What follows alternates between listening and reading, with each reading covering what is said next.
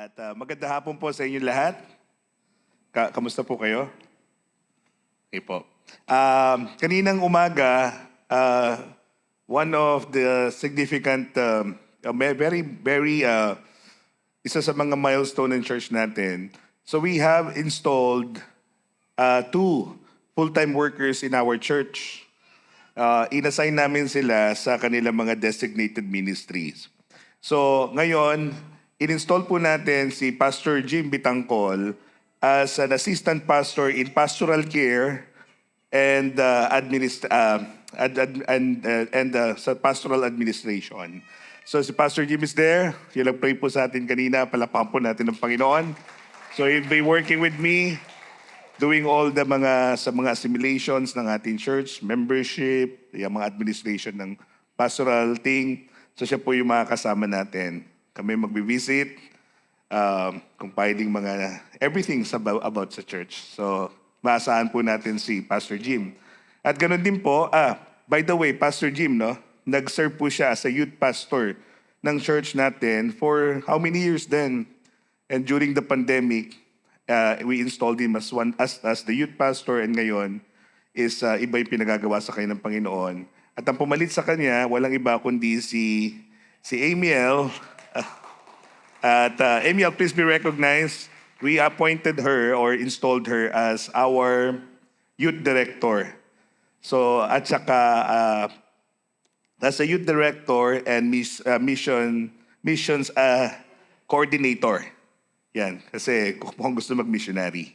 O hindi po. Kasi kasama siya sa mga outreaches, sa mga missions, outreaches po natin sa Old Cabalan and church planting. So, ang mga youth, so we would like to channel yung mga youth, pag kailangan nyo ng Bible study, youth activity, lapitan nyo lang si Ate Amiel or si Kuya Champo. Ayan. Sila po ang dalawa ang mag-attend sa inyo. Talaga naman.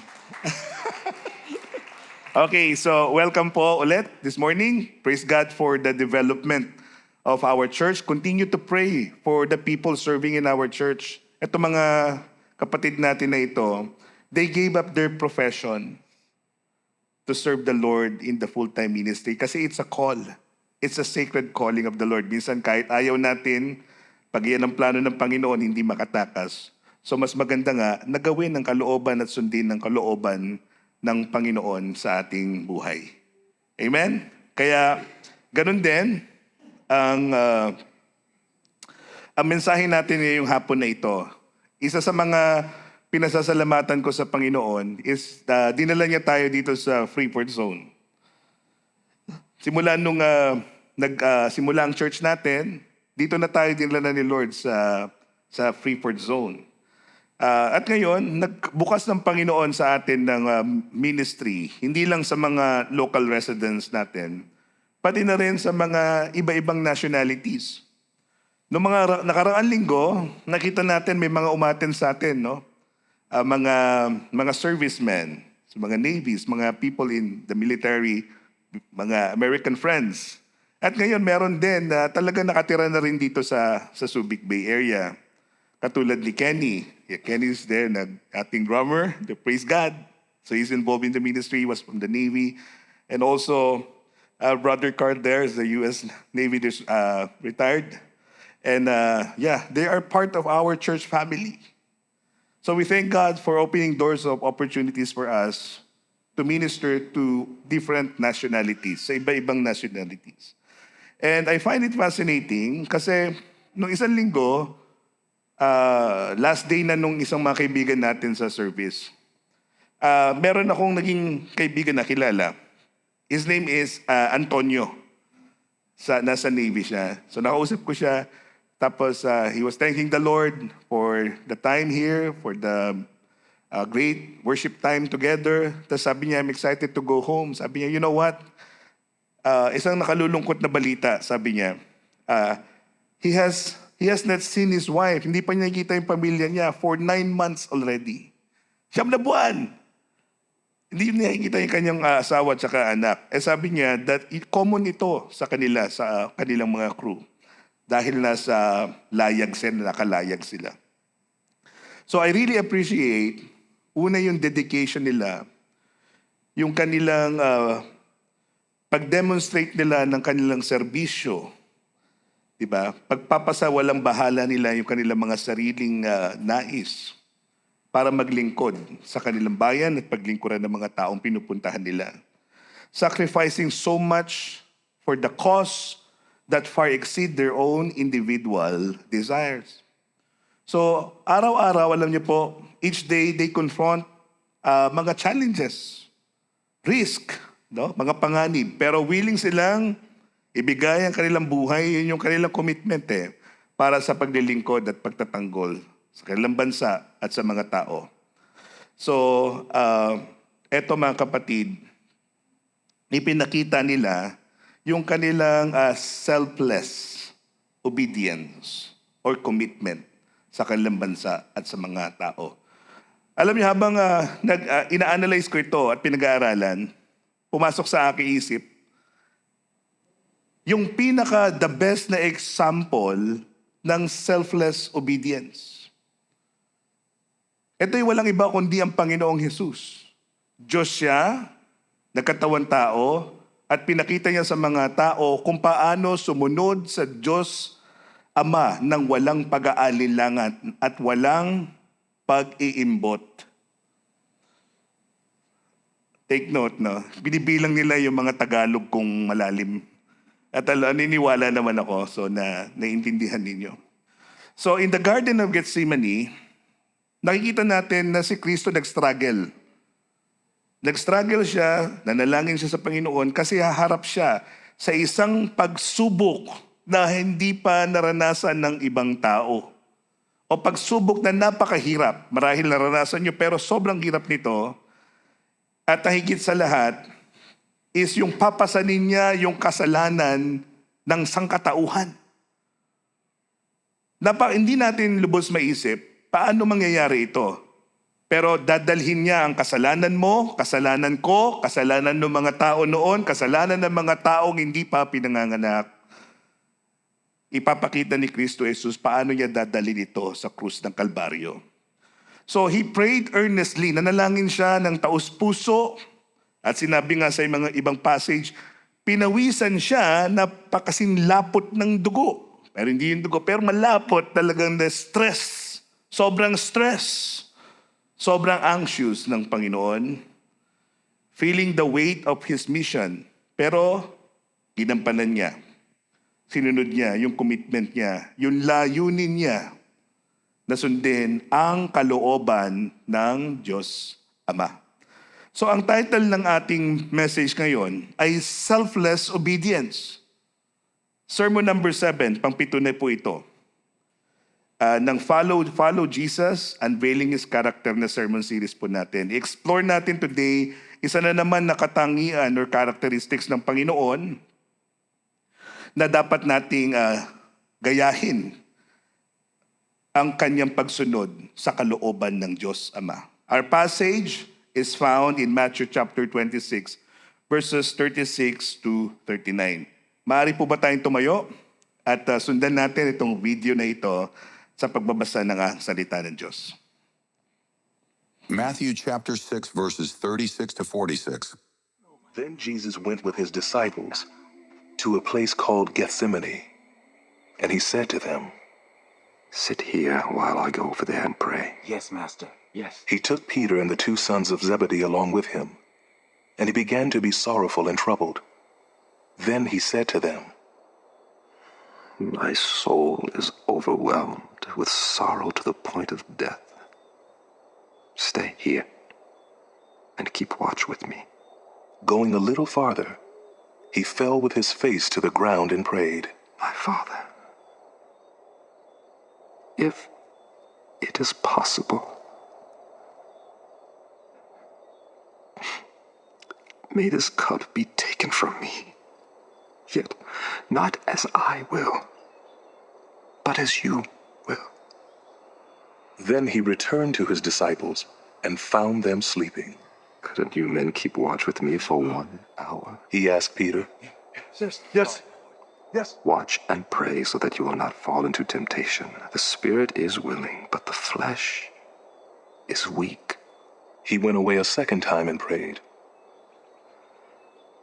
My Father, if it is not possible for this cup to be taken unless I drink it, may your will be done. When he came back, he again found them sleeping, because their eyes were heavy. So he left them and went away once more and prayed the third time, saying the same thing. Then he returned to the disciples and said to them, Are you still sleeping and resting? Look, the hour is near, and the Son of Man is delivered into the hands of sinners. Rise, rise, let us go.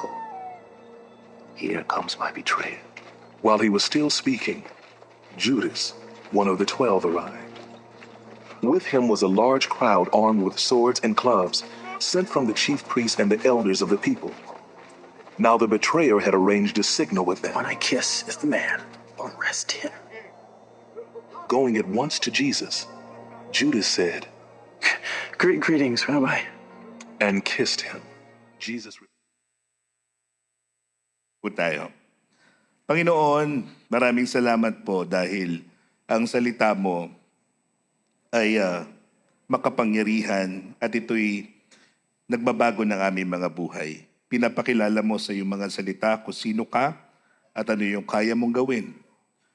At pinakita mo sa iyong salita kung paano ka namin, Panginoon, gayahin sa aming buhay. Kaya lumalapit kami sa iyo ngayon, turuan mo kami, gabayan mo kami, maunawaan namin ang salita ng Diyos sa aming kalagitnaan sa tulong ng banal na Espiritu.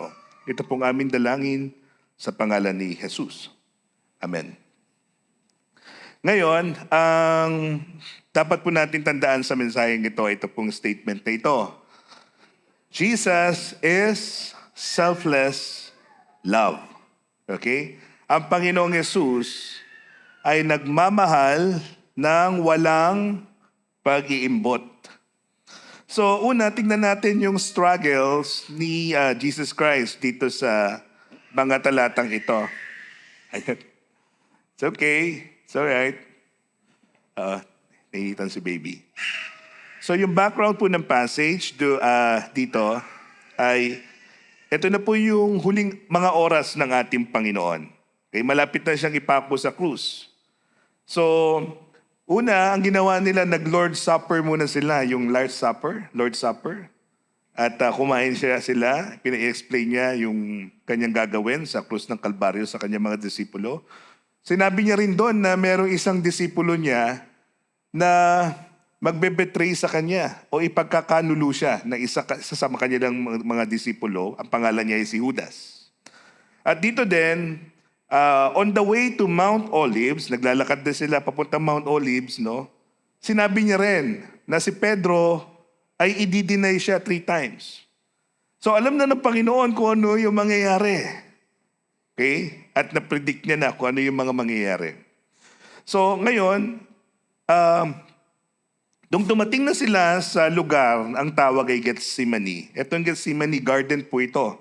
Located dun sa labas ng city, at papunta sa Mount Olives. Itong Gethsemane, ang ibig sabihin ay olive press. Hindi pa po ako nakarating doon. Kanina, andito sila Phil, sila Bishop Noel, and others na nakarating na doon sa Holy Land.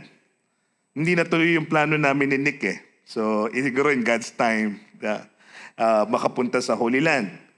So, ito yung lugar na itong Gethsemane is a quiet place. Tahimik siya, walled garden, at doon pupunta ang Panginoong Jesus para sa kanilang makapagpahinga sila ng kanyang mga disipulo. Ngayon, itong settings na ito, makikita natin kung ano yung mga susunod na hakbang. Ang Panginoong Jesus, nag-struggle.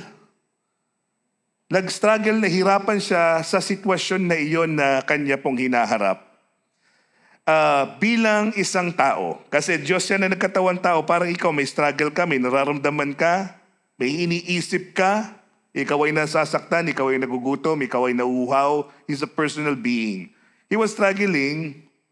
At the same time, buo ang kanyang loob sa pagsunod sa kalooban ng Diyos. Ano man ang mangyari sa hinaharap. So Jesus went with his disciples to a place called Gethsemane, and he said to them, "Sit here while I go and pray." Pupunta muna ako, dito muna kayo, sabi niya, at magnanalangin ako. Sinama niya si Pedro. He took Peter and two sons of Zebedee. Sino itong dalawang son ni Zebedee? Ito si James and John. So ang kasama niya si Peter, si James, at saka si John. Take note. Tapos sabi niya, sabi doon, he began to be sorrowful and troubled. Nabagabag siya, nahihirapan siya. And then sabi niya, my soul is overwhelmed with sorrow to the point of death. Sobrang bigat ng nararamdaman ko. Sobrang bagabag. Sobra akong stress out. Sabi niya, stay here. Dito muna kayo and keep watch with me. So during the final hour of the Lord Jesus Christ, he was struggling to face the trial of suffering. Alam niya magsasuffer siya. Ang pagkapako sa krus is torture Para talagang torture At hindi lang yon, hinagupit muna siya. Alam niya, hagupitin siya ng parang mga buto ng hayop. At pag hinampas ka nun, kasama yung laman mo pagka tinamaan ng paghampas nito. At pag nakapako sa krus, ay torture siya dahil gusto mong huminga, nakasabit ka. Kung gusto mong huminga, iaangat mo yung sarili mo. Pag inangat mo yung sarili mo, masakit dito sa kamay at sa paa yung pag-angat. At pag bumaba ka naman, babawi ka ng hininga, masakit na naman. So bawat hininga is torture. Can you imagine? Bawat hinga ay napakasakit at napakahirap. Physical pain lang ito. Ito yung physical pain. Ito yung anguish niya. So he sought a moment of solitude na nalangin sa Panginoon. Ito yung pagdadaanan ko. Sinama niya si Pedro, si Peter, James, and John. Yung una niyang disipulo. Sinama niya mga ito dahil alam niya na ito yung mga kaibigan ko. Ito yung makakaunawa sa nararamdaman ko. Ito yung magiging katuwang ko sa hinaharap ko ngayon. Dahil sila yung mga unang disipulo. So Jesus, as fully man, felt deep anguish and sorrow, sabi niya, and sabi dito, he began to be sorrowful and troubled. He said to them, my soul is overwhelmed with sorrow to the point of death. Sabi niya, samahan niyo ako. Dito lang kayo. Keep watch. Gusto niya ng companion, emotional pain, sa emotional pain na hinaharap niya during that time. So, he needed their support bilang mga kasama niya, disciple niya, in times of these huge challenges ahead. So, it's a powerful reminder for us, mga kapatid. Magandang reminder ito, no? Na even in the hardest moments, pag may pinagdadaanan ka, kailangan natin ng kasama. Kailangan natin ng mga mahal natin sa buhay na dadamay sa atin. Kailangan natin ng mga tapat na kaibigan na mananatili sa atin.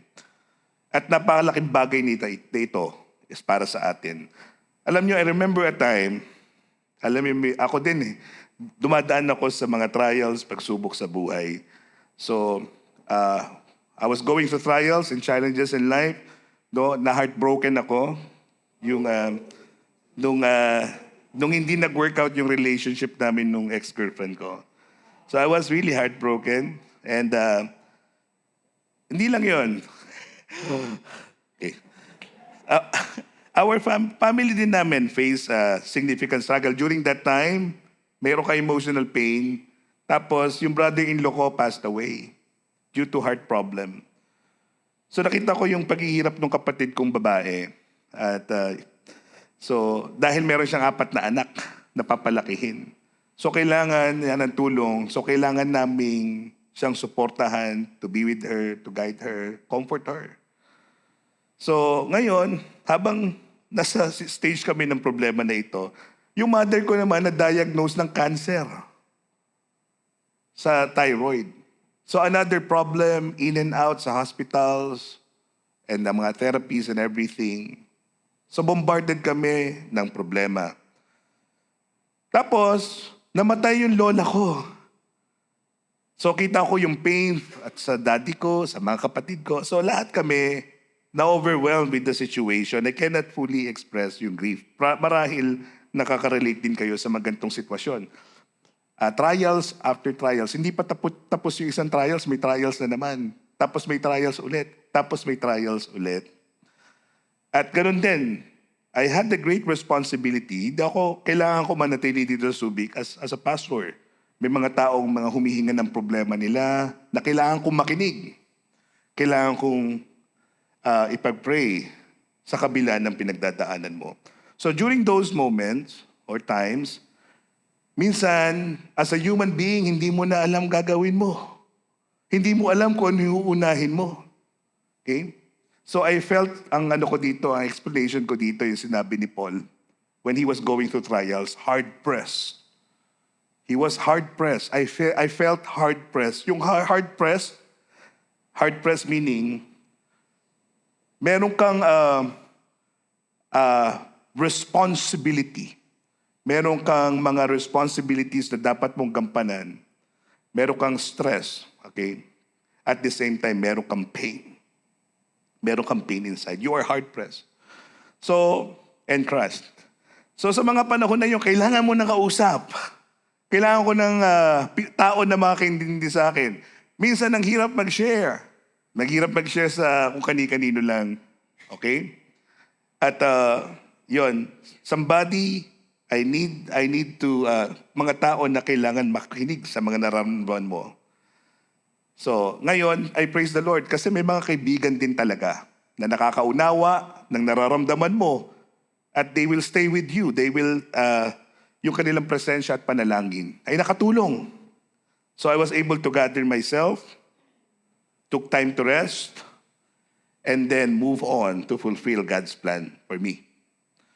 So I was sharing this, I'm sharing this, itong mga struggles personal sa aking buhay, para gusto ko malaman niyo, no?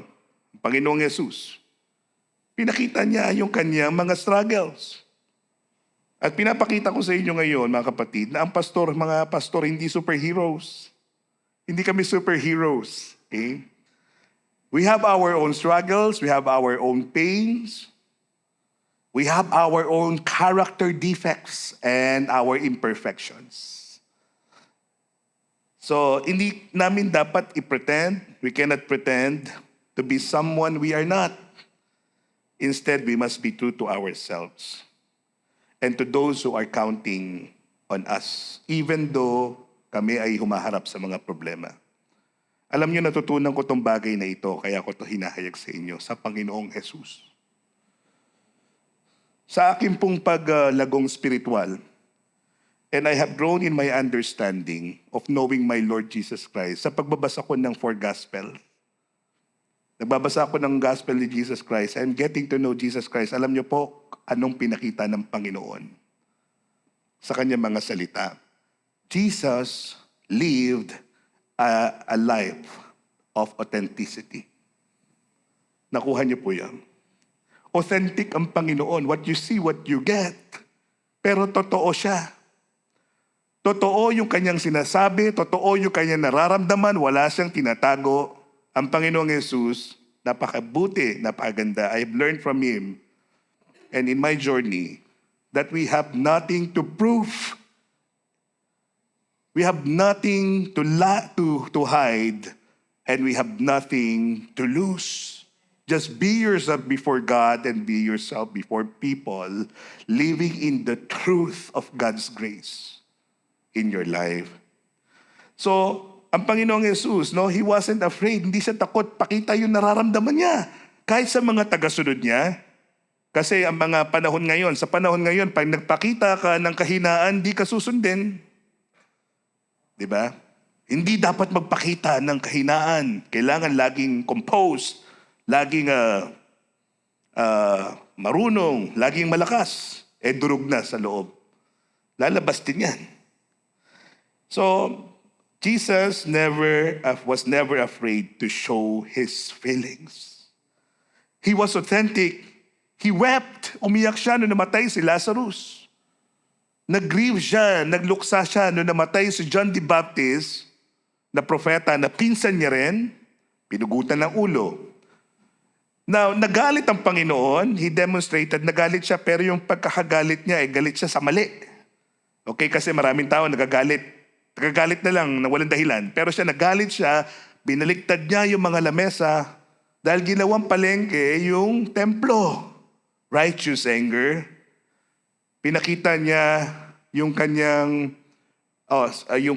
pag-rebuke sa mga disciples niya, kinonfront niya, pero lovingly. Sinasabi niya kung ano yung tama at kanya nararamdaman. And yet, hindi niya kinompromise yung kanyang principles at yung passion niya. Jesus, in this passage, was profoundly authentic, something that we must emulate. In the Garden of Gethsemane, mga kapatid, in the moment of great sorrow, umiyak ang Panginoon. Dumapa siya, pinur out niya yung kanyang nararamdaman sa Diyos Ama, sa kanyang pinagdadaanan. Subalit, pinakita niya rin dito yung kanyang pagsunod kung ano man ang kalooban ng Diyos na mangyayari sa kanya sa mga susunod na talata. Pangalawang puntos, makita natin dito sa mga susunod na talata kung paano nag-submit ang Panginoong Jesus sa kalooban ng Diyos Ama. So in verse 39, sabi, getting a little farther, he fell with his face to the ground and pray. Nanalangin siya. Sabi niya, my Father, if it is possible, kung posible lang, Lord, Ama, kung posible lang, may this cup be taken away from me. Kung possible lang, sana wag nang akong gumarap. Wag kong maranasan itong mga mararanasan ko. Sabi niya, yet not as I will, but as you will. Subalit, hindi ang kalooban ko ang masusunod, kundi ang kalooban mo. So when Jesus asked this cup, yung cup po nagsisimbolo yan, yung haharapin niya, yung iinumin niya, yung mararanasan niya, yung saro na yon.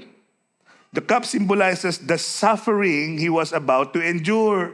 Yung dinemonstrate ko sa inyo kanina. Including physical pain, emotional anguish, dahil ibebetray siya ni Judas, i-deny siya ni Peter, tatakbuhan siya ng mga disipulong inalagaan niya, maiiwan siya mag-isa all alone, he will be dragged and be, lilitisin siya. So, ang pinakamasakit na dadali ng Panginoon dito, yung spiritual weight of humanity's sin. Yung presensya ng Diyos Ama sa kanya, pag tinignan siya puno-puno ng kasalanan, ay tatalikuran siya. So sa kanya maipapasan ang kasalanan ng buong mundo ng sangkatauhan. And another thing, what added the Lord Jesus as pain, nakadagdag sa kanyang kabigatan dito. Yung mga disipulo niya parang walang pakialam lang. Anong ginawa nila? Tinulugan siya. Natulog lang sila. They were just sleeping. And ito yung oras na kailangan sila ng Panginoon. In verse 40, sabi dito, then he returned to his disciples, tinignan niya ulit sila, and found them, what? Sleeping. Sabi niya, 1 oras lang. Bigyan niyo ako ng 1 oras, makasama ko lang kayo. Nahihirapan na kalooban ko. Could you, men, not keep watch with me for an hour? And then he asked Peter. Tinanong niya si Pedro. Kasi alam niyo, concerned din ng Panginoon. Kung aralin natin talata, concerned siya na ayaw niyang malaglag sa tukso o mapahamak yung kanyang mga disipulo. Concerned siya sa magiging reaction nila pag dumating na yung manghuhuli sa kanila. Baka hindi nila makontrol ang kanilang sarili. Ginawa nga ni Peter yon. Nung hinuli sila, si Peter, tinaga niya yung isang nanghuli sa kanilang, yung guard ng high priest na nanghuli sa kanya. Tinaga ni Pedro, naputol yung tenga. Pero pinagaling din ng Panginoon. So, and then yung iba nagtakbuhan. Kaya sinabi niya dito, watch and pray, sabi niya sa kanyang mga disipulo, so that you will not fall into temptation. The spirit is willing but the body is weak. So after finding them asleep, bumalik siya sa prayer, nag-pray siya the same prayer, the same request, the Father, if it's possible. And then yung persistent prayer niya pinakita ng Panginoon, ang kanyang dependence at submission sa Diyos. Now he went away second time and prayed, my Father, if it is not possible for this cup to be taken unless I drink it, may your will be done. Kalooban mo pa rin. Tapos bumalik siya, nakita niya yung mga disipulo niya, found them sleeping because their eyes were heavy. So he left them, went away once more and prayed, how many times? Third times, paulit-ulit yung prayer niya out of agony, saying the same thing. Question, ito yung tanong ko. Did Jesus really want to change the mind of the Father in this passage?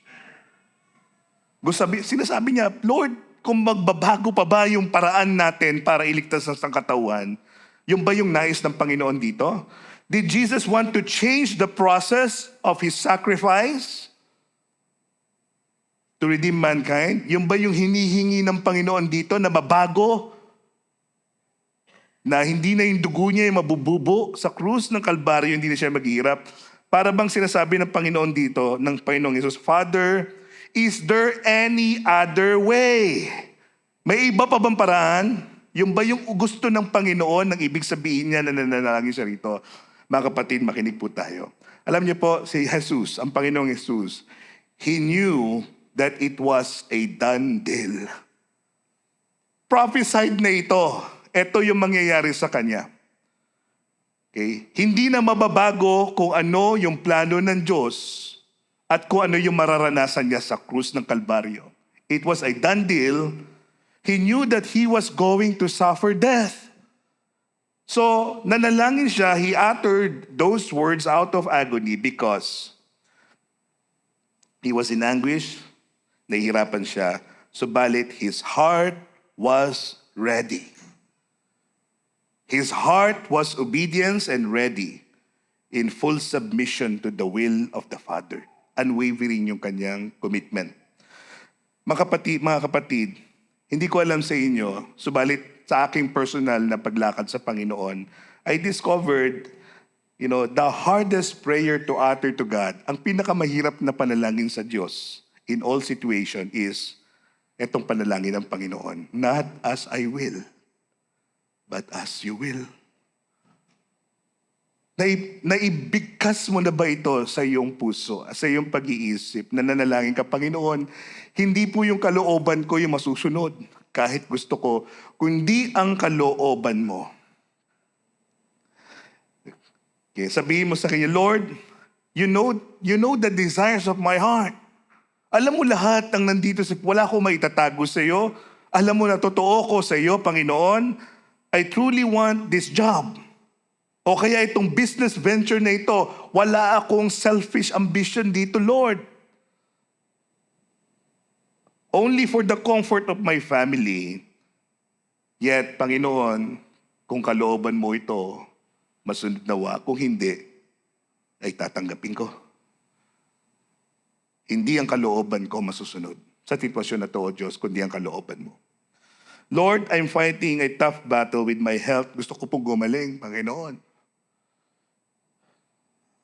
I'm asking for healing. Pagalingin mo ako, palakasin mo ang aking pangatawan, i-restore mo ang aking katawan. I want to spend more time with my family. Pagalingin mo ako, Panginoon, sa aking pong sakit na ito. Subalit, ang panalangin mo sa kaya, ngunit hindi ang kalooban ko masusunod. Ikaw masusunod sa akin.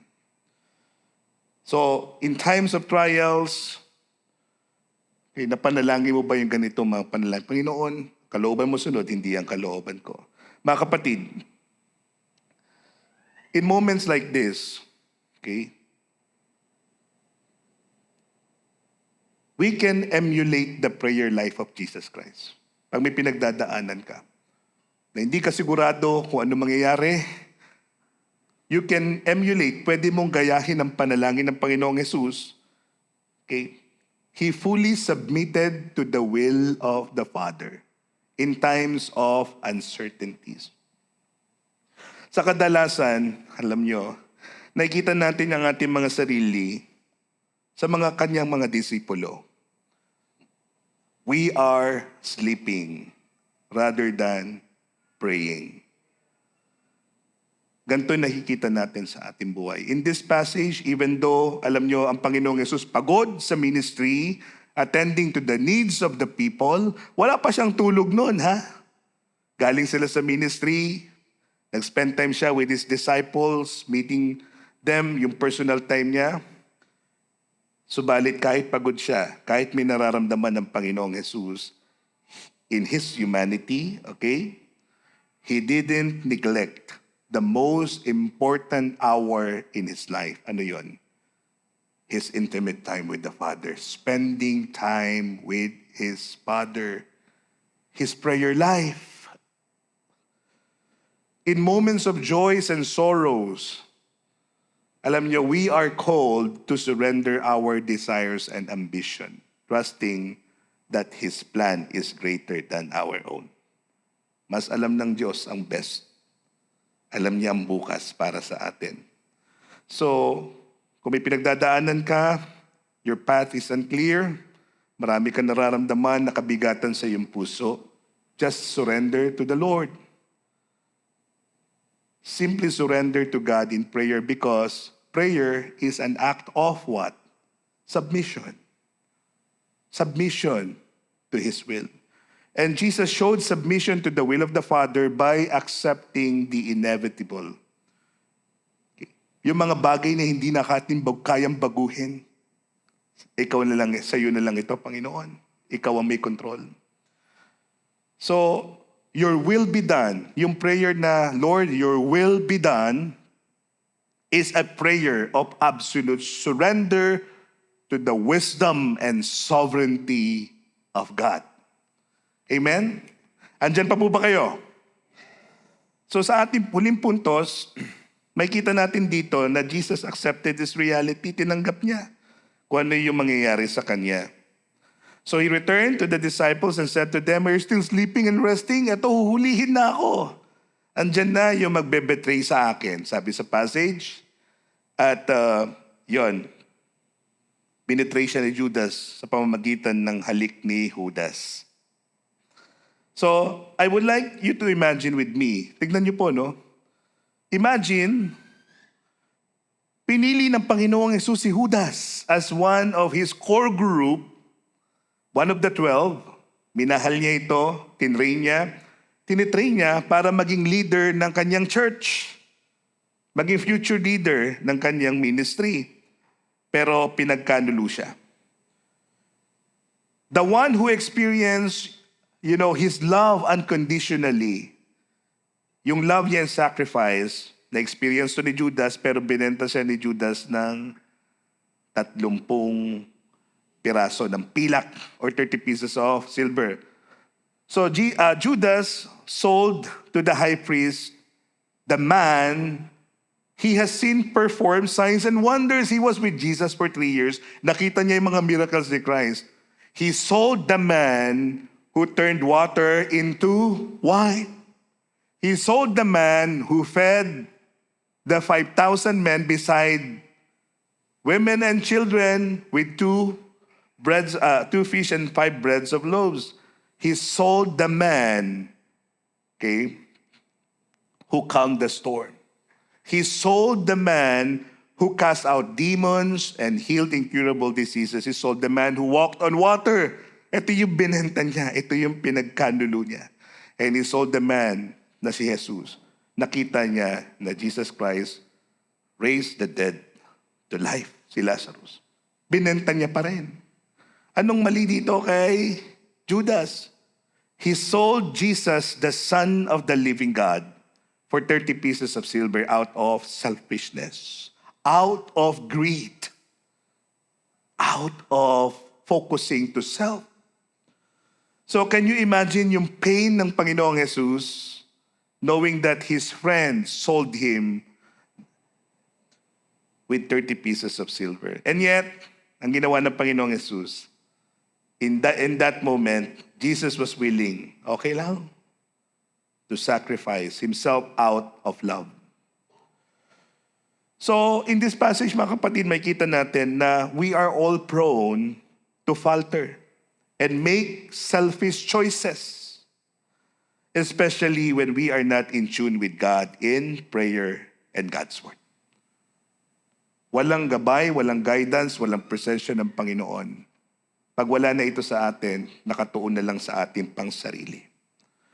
So, despite the hurt and betrayal, pinakita pa rin ng Panginoon yung kanyang unselfish obedience sa Panginoong Diyos Ama. At hindi doon natatapos ang kwento, okay? Marahil sa inyo, marami nalulungkot, no? Subalit, ang kamatayan ng Panginoong Jesus sa krus ng Kalbaryo was a victory over sin and the redemption of mankind. His resurrection, after all this, nabuhay siya na magmuli, and his resurrection brings hope and the promise of new beginning. So my friends, the reality of Christ's suffering and death on the cross reminds us that we should strive, tayo din, to be like Jesus by being selfless obedient to the will of the Father. So Jesus faced betrayal and pain with grace. Humarap siya sa pagsubok. He responded with what? With love and grace and faith. In our own struggle, we should respond with grace, with love, with faith. When times get tough, let's find the strength, sabihin natin sa Panginoon, no? To let go of our personal desires and trust that God has a greater plan for us. Nakuha nyo, kapatid, ang mensahe?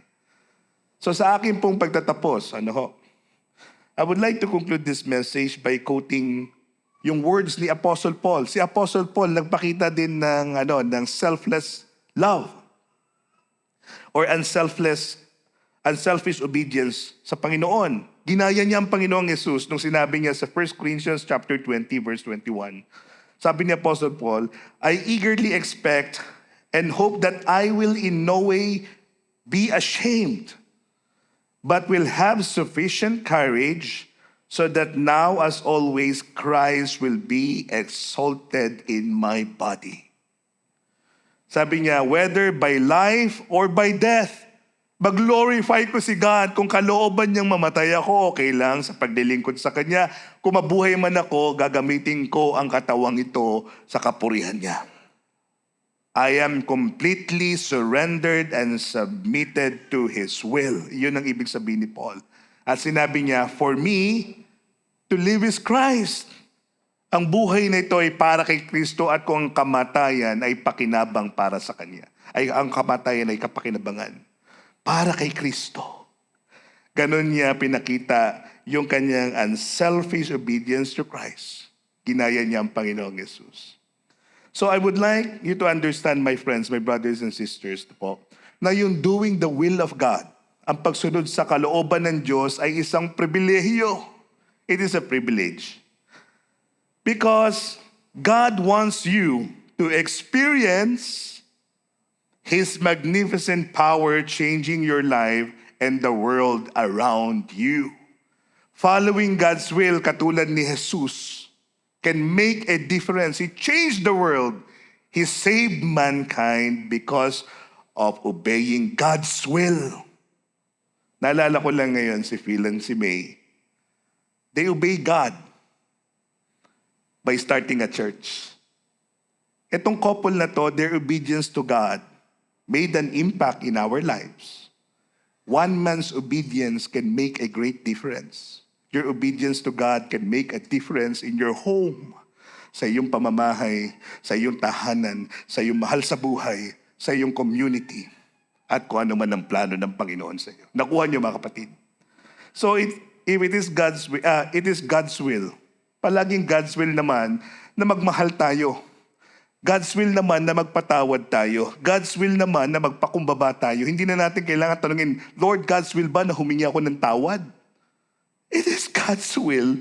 And then God revealed to humanity, okay, loving God and loving others is God's revealed will. Ito yung God's will na gagawin na lang natin. Hindi na natin kailangan itanong sa Panginoon katulad nung ginawa ng Panginoon, Jesus. So doing the will of God is a privilege. Whether you live or die, kaya mong sabihin, may my life bring glory and honor to Christ whether I live or die. For me to live is Christ, and to die is gain. Ang mabuhay ay para kay Jesus, at ang kamatayan ay pakinabang. So this is what selfless love is all about, mga kapatid.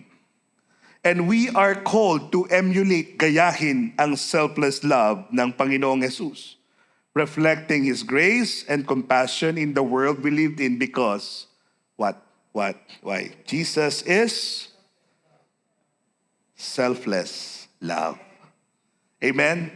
I hope nakuha natin ang mensahe ng Panginoon na isa sa buhay natin ngayong araw na ito, hanggang wakas at hanggang sa muli niyang pagdating. Manalangin po tayo. Panginoon, salamat po dahil pinakita mo sa amin kung paano ang tunay na pagsunod sa kalooban ng Diyos. Kahit mahirap, kahit kami nasasaktan, kahit hindi namin alam ang kinabukasan, tinuturuan mo kami na magtiwala sa iyong kapangyarihan, na merong wisdom, Panginoon, when we obey. There is wisdom when we do your will in our lives. There is wisdom if we trust you and obey what you want us to do, O Lord. There is wisdom in obeying your word. So strengthen us, O Lord, and give us the courage to the help ng banal na spirito na sumunod sa iyong kalooban, anuman ang kahihinatnan nito. At ganun din, Panginoon, dahil ikaw ang makapangyarihan at may alam ng lahat, you are the sovereign Lord and in control. Hindi mo kami bibigyan ng utos na ikapapahamak namin. Bagkus, Panginoon, bibigyan mo kami ng mensahe at utos para sa ikagaganda ng aming relasyon sa iyo at ng aming pong kinabukasan. Tulungan mo kami, Panginoong, sumunod sa iyo at maging matapat sa iyo sa araw na ito hanggang wakas. Dahil ikaw ay karapat-dapat na sundin at ang kalooban mo nawa ang mangyari at manghari sa aming buhay. Ito pong aming dalangin sa pangalan ni Jesus. Amen.